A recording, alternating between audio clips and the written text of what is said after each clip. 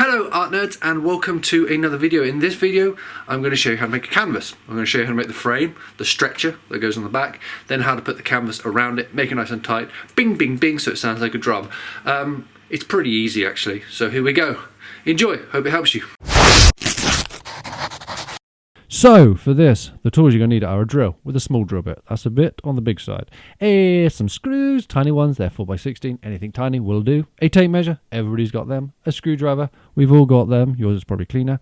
A mallet or a hammer, either will work fine. A square, that's a Rufus square or a regular square. And that's it. So let's make this frame.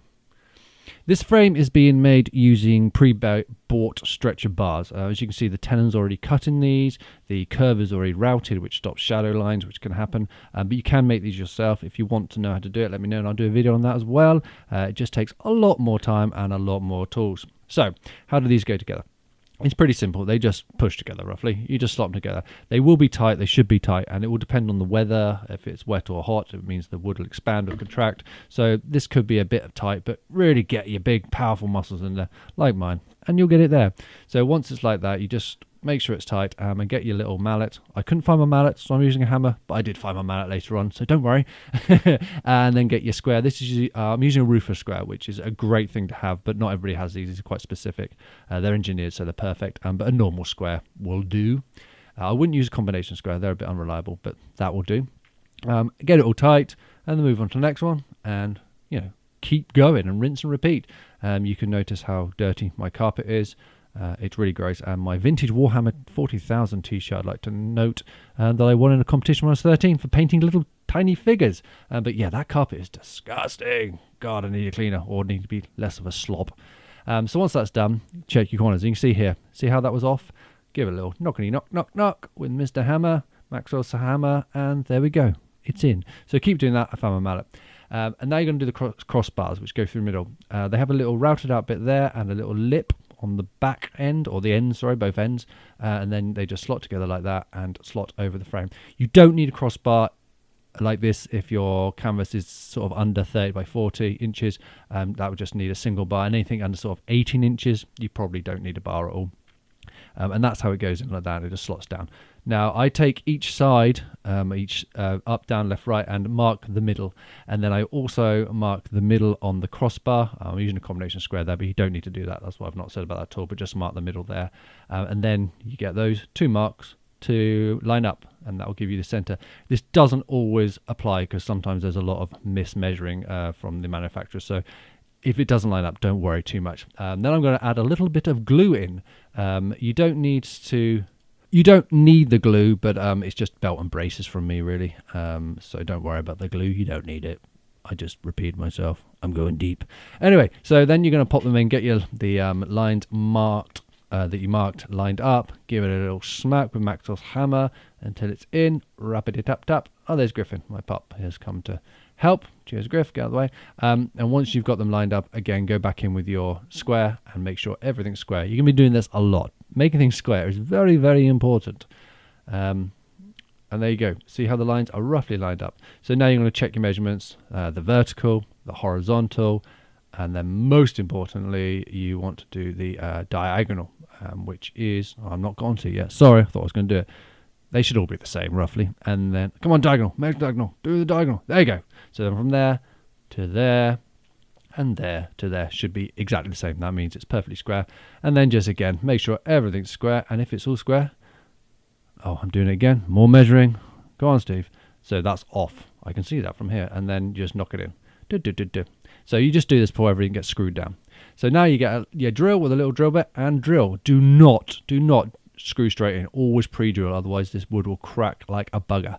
Because it's soft, cheap pine, it will crack everywhere. So pre-drill with your small drill bit, get your little screw and screwdriver it in. Oh, I thought I was going to do it. That would have been perfect timing. And screwdriver it in. There you go, Steve. Tiny screw. So you don't need an impact driver, just use an old screwdriver, because the impact driver again will probably be too violent and you're working with that delicate bit. Do that on every single one until they're all screwed in and looking great. What am I going to do now? What would you do after this? Check it square again. Check all your corners.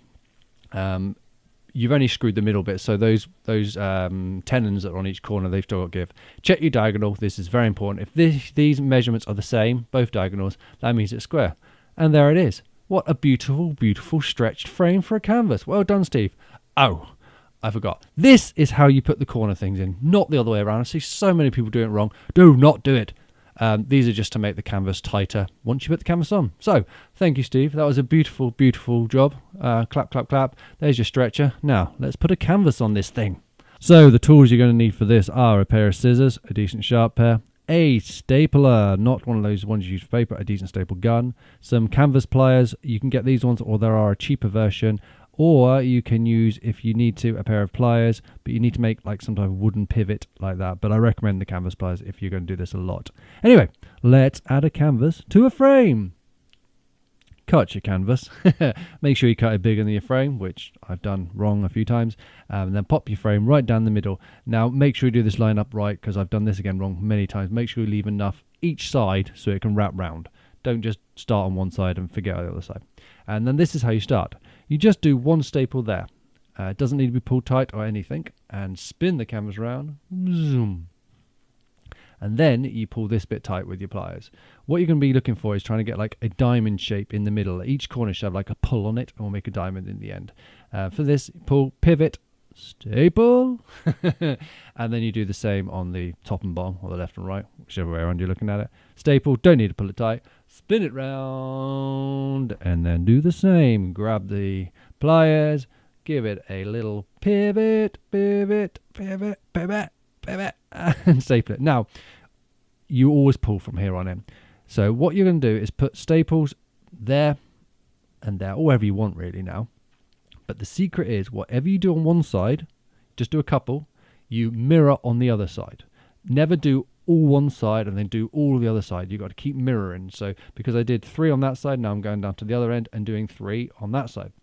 And you keep mirroring it and keep spinning it. And the more you mirror it, the more you spin it, the tighter it gets. And you pull it tighter and tighter and tighter. Now and again, some staples may come loose, but that's okay. Just keep pulling, and just make sure you mirror it. Whatever you do, do not do one side, like I've just said. And by the end of that, you're going to have a lovely tight canvas. And you can see you're getting the stretches in the corner. You just about see it there. And that means it's getting nice and tight. And that's what you want. Let's talk about my floor, shall we? There's some dirt just there on the bottom. So once that's done, we'll get into the corners. This is the complicated bit. Many ways to do it. This is how I do it. Make a little lip, because we don't need that much canvas. Chop that rubbish off. We don't need that. Get rid of it. Snip it, cut it. Jesus Christ.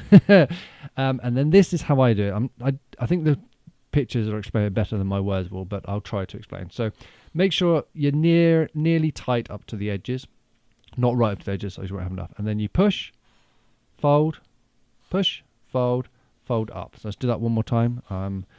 So you push down from the top, then push in from the back, and then you fold up from the bottom.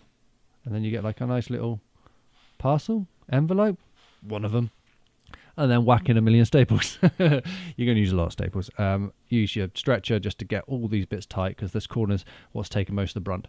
So let's do it from another angle. So you can see, get your staple gun and bring the staples up close enough to where you can still get your fingers in. And here we go. So fold down, fold in, fold up. Actually, that's quite a good angle, isn't it? That makes perfect sense. Should we do it again? I can't remember if I do it again. Nah, we got it. Get your staple gun and whack in a million staples on everywhere, and do that on all 4 corners. And there you got a lovely canvas from the front. That looks great. Turn it over from the back. And now, if you've done a decent job of this, you'll do the drum test. Now, I did a great drum test with Nirvana, but I lost that footage, so here's my phone. Oh yeah. Oh yeah. Anyway, that's how you make a canvas. I hope you enjoyed that from start to finish. See you soon. Bye.